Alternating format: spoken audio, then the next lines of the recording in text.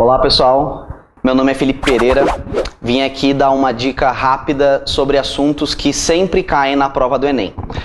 A dica de hoje aborda a intertextualidade, um assunto certo, né? Olhando para a palavra intertextualidade, notamos que inter é um prefixo latino que significa entre, portanto, intertextualidade entre textos, uma relação estabelecida entre dois textos diferentes.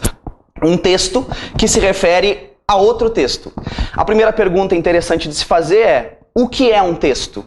O que faz de um grupo de palavras um texto e o que faz de um grupo de palavras um não texto?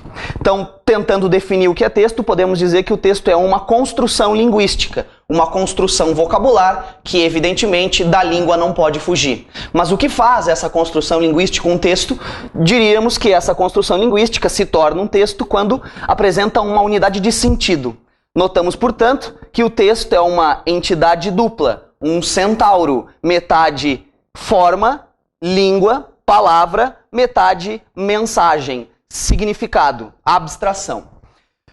Portanto, tentando desenhar e exemplificar a intertextualidade, temos um texto 1, metade palavra, metade sentido, e esse texto 1 nos remete a um texto 2. Essa é a intertextualidade, quando um primeiro texto nos faz pensar ou até usa palavras de um texto 2, de um texto pré-existente. Notem como é necessário um conhecimento vocabular, uma leitura muito grande, porque eu preciso ler o texto 1, compreendê-lo e notar que esse texto 1 traz palavras que me remetem a outro texto. E, obviamente, eu só vou pensar no outro texto se eu já conhecê-lo. Vamos a um exemplo. Exemplo 1, texto 1. O Adeus de Teresa é um poema do Castro Alves, faz parte da terceira geração romântica, esse poeta, um poeta muito galanteador, conquistador.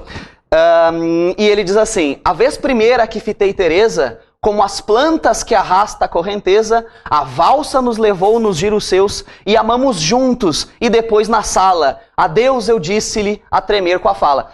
Vejam todo o galanteamento, o encantamento, o romantismo que ele traz, muito idealizado. Eles acabam se separando no final do poema, mas vejam que é um ar muito idealizado, romântico e que beira o perfeccionismo, o platonismo. O texto 2, que é o que traz a intertextualidade está nesse texto que se refere ao segundo, é um texto do Manuel Bandeira, modernista, muito mais desiludido com a vida. Sofreu, talvez, muito mais, poderíamos dizer, por ter vivido mais.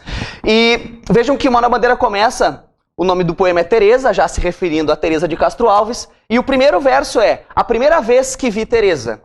A intenção de começar com esse primeiro verso é retomar o texto 1, o poema 1, fazendo um evento chamado intertextualidade. Notem que Manuel Bandeira é muito mais irônico, muito mais atual, por que não dizer?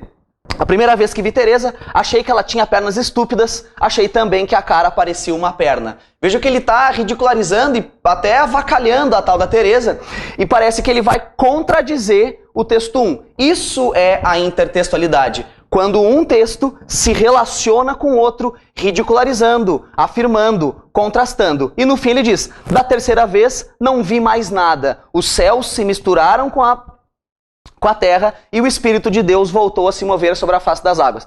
Então vejam que a intertextualidade está no poema de Manuel Bandeira, que se refere ao primeiro texto, ora ridiculariza, ora se mostra também apaixonado, mas de uma maneira muito mais contemporânea. Tá?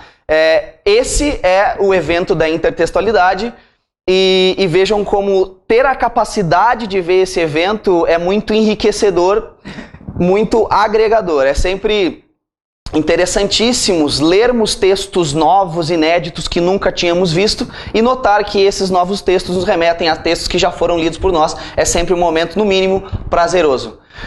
É isso aí, bom estudo para vocês e até a próxima.